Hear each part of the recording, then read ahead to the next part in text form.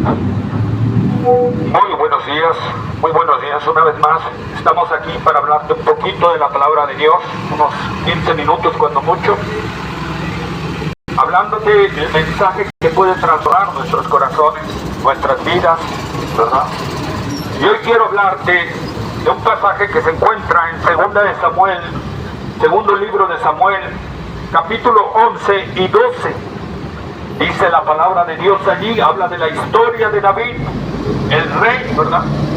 Pero habla de algo triste, de una caída de David terrible, de una vida que cayó en pecado y que tuvo consecuencias graves para él y para su descendencia.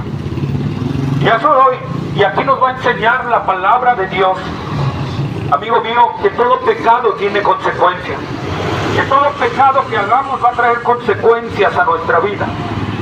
Esa es una. Dos, que un pecado no confesado, que no nos apartemos de él, nos va a llevar a pecados más terribles.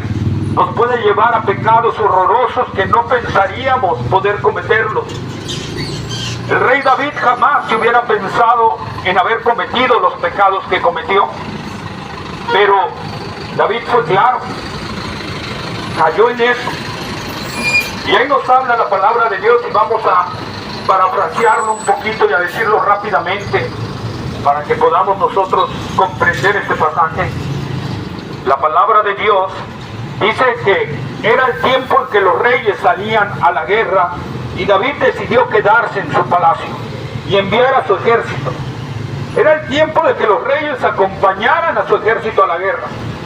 En el capítulo 10, que sería el antecedente de esto, nosotros vemos una guerra que iba a iniciar entre los amonitas e Israel, ¿verdad? Y los amonitas, como sabían que era un ejército menos poderoso que el de Israel, contrataron a los sirios, que era un ejército bastante fuerte. Y entonces Israel pelea contra los sirios, y ahí sí estaba David peleando con su pueblo, ¿verdad? Y Israel vence a los sirios, vence a ese ejército que era poderoso, lo destruye. Y entonces queda ajustar cuentas con los amonitas.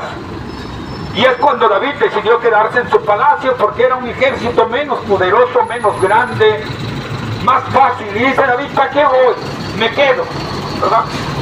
Le entró el orgullo a David, se sintió poderoso David y le entró el orgullo, ¿verdad? Y decidió quedarse. Error grave. Ese quedarse lo llevó a una ociosidad a David.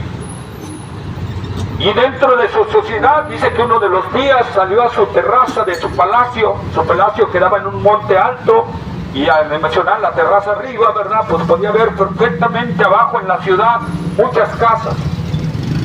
Y salió a su terraza y empezó a ver todo lo que había, y en eso voltea y dice que ve a una mujer muy hermosa bañándose. No era hermosa, era muy hermosa, dice la palabra de Dios, ¿verdad? Y David se quedó en la mirada con esa mujer. Orgullo, ociosidad, y ahorita a David le entra la lujuria. Y ahí está, se quedó mirando a esa mujer y decidió preguntar quién era. Cuando regresa, el que envió le dice, es hija de uno de tus soldados, de tus 30 valientes, y es esposa de uno también de ellos. Es esposa de Urías Eteo. Y a David no le importó eso, fíjate, no le importó ni siquiera que fuera, como diríamos aquí en Martínez de la Torre, de mi compadre, ¿verdad? Que fuera la hija de mi compadre y la esposa de otro de mis compadres. No le importó a David eso. David la deseó, la codició, no solo tuvo lujuria, tuvo codicia. Entonces ya llevamos, ¿qué? Ociosidad, orgullo, ociosidad, lujuria, codicia. ¿Ven cómo fueron abriéndose más pecados en la vida de David por uno solo? Y entonces David la manda a llamar y se acuesta con ella. Y David cae en adulterio, otro pecado más. Lo que te estoy diciendo, un pecado te va a llevar a más pecados. Y cae en adulterio. Y producto de ese adulterio, la mujer queda embarazada. El esposo estaba en la guerra. Y entonces la mujer le manda a decir, ¿verdad? Betsabé le manda a decir a David, David, estoy encinta, hay problemas. Porque ellos sabían perfectamente que la ley de Dios, si el pueblo se enteraba, tenían que morir a pedradas, porque si era la ley. Los adúlteros tenían que ser castigados y muertos a espada, a pedradas. Y entonces David se empieza a preocupar y empieza a entrar en angustia y dice, ¿qué hago? Dice, ya sé, mando a traer a Urías de la guerra. Y envía un mensajero a Joab, al general, ¿verdad? Mándame a Urías. Y le manda a Urías. Y David le pregunta cómo está la guerra, cómo va, como si le interesara en ese momento. Lo que a David le interesaba realmente era lo que iba a hacer a continuación. Le dice, bueno, ya, mucho gusto, todo está bien, órale, vete a tu casa y disfruta de tu esposa, te doy vacaciones. David quería ocultar su pecado. David quería ocultar su error. David quería que no saliera él en las noticias de que había tomado una mujer que no era para él. Y entonces nosotros vemos a este hombre, Urías, que era un hombre íntegro, y dijo, no, como rey, ¿cómo va a ser eso? Estamos en tiempos de guerra, mis compañeros están arriesgando su vida, y yo voy a irme y a disfrutar con mi mujer en este momento. Mira, fíjate, un hombre responsable, íntegro. Y David dice, ¿qué hago? Ya sé, mira, vente Urías, vamos a comer, y lo emborracha David, ¿verdad? Y le dice, ahora sí, vete a disfrutar con tu esposa. Y el joven otra vez le dice, no señor, yo no puedo faltarle el respeto a usted, ni a mi general, ni a mis compañeros que están arriesgando la vida ya, y disfrutar yo de mi mujer. Y entonces David entra en mayor angustia y en mayor pánico, porque entre más días transcurran, pues el embarazo empieza a notarse, ¿verdad?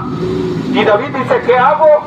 Dentro de la angustia de David, le llevó a hacer algo que David no hubiera hecho en términos normales. Pues David dijo, tengo que deshacerme del esposo, no hay otra. Y entonces mandó a Urías con una carta al general Joab diciéndole, mete a Urías en lo peor de la guerra, en lo más duro, y retírense y déjenlo solo para que lo maten. Qué tremendo, fíjate. Qué tremendo que David a su compadre le hiciera eso. Pero David quería ocultar su pecado. A un hombre que lo estuvo ayudando en los tiempos difíciles cuando era perseguido por Saúl. David decide matarlo porque él tiene que ocultar su pecado, y eso es la consecuencia que nos puede llevar el pecado, amigo mío. El pecado es terrible y nos va a llevar a consecuencias más terribles por querer ocultarlo.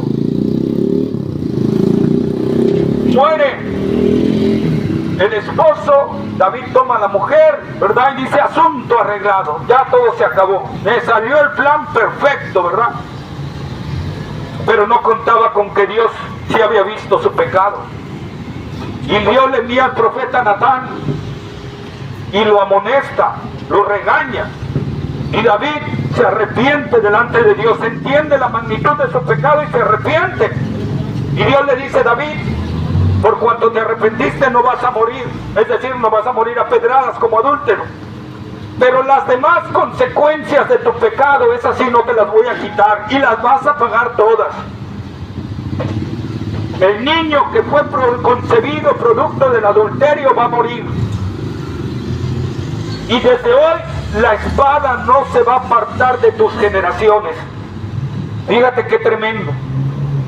Y sí, cuando Natán el profeta salió del palacio, el niño cayó enfermo y a los 7 días murió.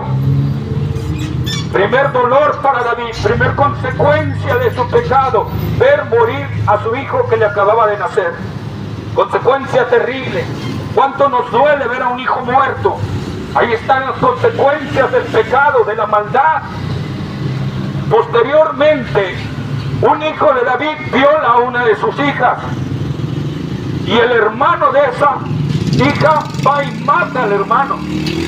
Entonces, ya ves 2 consecuencias más que David está viviendo. Una hija violada, un hijo muerto a espada precisamente. Luego ese hijo que mató a su hermano porque violó a su hermana, se rebela contra su papá, le quita el trono y quiere matarlo. Fíjate, más dolor, más angustia. Ese hijo, el general del ejército Joab, lo mata y ya tiene otro hijo muerto, David. Posteriormente otro hijo se le levanta, se rebela y quiere tomar el trono. Y a ese otro hijo lo mata Salomón. Fíjate, una hija violada, 4 hijos muertos vio David. Él mandó a matar a uno. Dios le dio como fruto 4 muertos y una hija que permitieran que la violaran. ¿Qué consecuencias tan terribles? Por un pecado, por un momento de deleite. Si David no hubiera visto sus consecuencias antes, David no hubiera hecho eso. Pero, amigo mío, ahí está. El pecado Dios lo castiga terriblemente, es la muestra. Pero ahí no queda todo. Dios le prometió que la espada nunca se iba a apartar de sus generaciones. Y todas las generaciones de David hubo muertos a espada. Tan solo en la 6ª generación de David, 40 de sus descendientes o un poco más fueron muertos a espada. Para que veas las consecuencias que puede tener tu pecado, que te causan placer momentáneo, placer de minutos o de horas, pero te puede llevar a unas tremendas consecuencias que jamás hubieras querido hacer eso. Porque el pecado tiene consecuencias en esta vida y consecuencias en la eternidad. David vivió consecuencias, pero David se arrepintió, no tuvo consecuencias en la eternidad. Y esas son las buenas noticias que hoy te tengo aquí. Si tú estás en algún pecado, si tú estás cometiendo algún pecado y puedes arrepentirte y entregar tu vida a Cristo Jesús como Señor y Salvador, para que las consecuencias eternas de tu pecado no vengan a ti. Porque Dios ha prometido a los pecadores, a los que viven indiferentes a Dios, a los que viven como les place, que viven quebrantando sus mandamientos, Dios ha prometido un lugar de tormento perpetuo del cual nunca saldrás. Así como Dios le prometió a David que de sus generaciones todos morirían, varios morirían a espada, que la espada no se iba a apartar de sus generaciones, por como consecuencia de su pecado. Así Dios está prometiendo que si tú mueres, partes de esta vida en pecado, la palabra de Dios dice que vas a sufrir un tormento eterno que nunca se va a apartar de tu vida. Será el lloro y el crujir de dientes, donde el gusano de la conciencia te va a atormentar día y noche, donde sentirás una llama que te consume, pero nunca te morirás, nunca serás consumido. ¡Qué tremendo! Es un castigo terrible que Dios tiene, porque Dios es el que ha hecho ese castigo, pero no lo advierte, porque Dios no quiere la muerte del impío, sino que se vuelva de su mal camino, dice el Señor. Así que Dios te está hablando, amigo mío, y te está diciendo que esa consecuencia eterna de tu pecado puedes hoy quitarla mediante la fe en Cristo Jesús, entregando tu vida al señorío de Cristo, arrepintiéndote de tus pecados y abrazando y obedeciendo a Cristo como Señor y Salvador de tu vida. Es la única manera en que puedes ser perdonado y quitada tu consecuencia de tu pecado, esa consecuencia eterna. Jesús dijo: el que cree en mí no vendrá condenación, porque ha pasado de muerte a vida. El apóstol Pablo en Romanos 8:1 dice: ninguna condenación hay para los que están en Cristo Jesús. Pero ¿cómo puedo estar en Cristo Jesús? Arrepintiéndome del pecado, apartándome de él y entregando mi vida a Cristo Jesús, reconociéndolo y obedeciéndolo como mi Señor y Salvador. Ahí está, amigo mío. Y tú puedes hoy ser librado de esa condenación. Tú puedes ser librado de esa vida de dolor, sufrimiento y angustia perpetuo. Cristo es la única opción de salvación. Cristo es la única opción de vida eterna, amigo. Ven al Señor hoy, entrega tu vida a Cristo, ríndete a Él. Mi nombre es Edgar Vigurra, te voy a dejar mi número de celular, por si tienes alguna duda, pregunta o quieres saber más de la palabra de Dios. Mi número de celular es 2299-2881-28. Lo voy a repetir, no sin antes, si Dios está hablando a tu corazón, si Dios está hablando a tu vida, cierra ahí tus ojos y pídele perdón a Dios por tu vida de pecado. Decide apartarte de ese pecado y entrégale tu vida a Cristo ahí mismo, para que entonces sean borrados sus pecados y vengan de la presencia del Señor tiempos de refrigerio para tu alma, tiempos de paz, de quietud para ti. Mi número de celular, lo repito, 28 81 28. Mi nombre es Edgar Vigurra, estoy para servirte. Deseo de corazón que Dios obre en tu vida para que le entregues tu vida a Cristo Jesús. Dios te bendiga.